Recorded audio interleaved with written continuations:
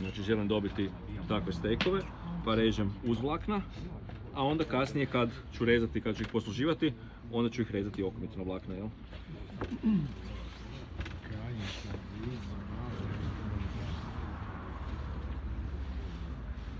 Zašto dvije, a ne jedna? Pa jer vas ima puno.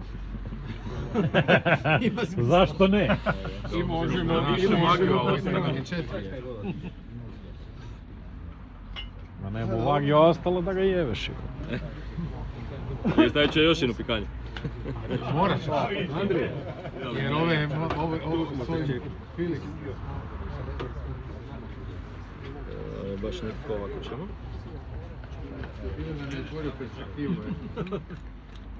7 čakru. Opa.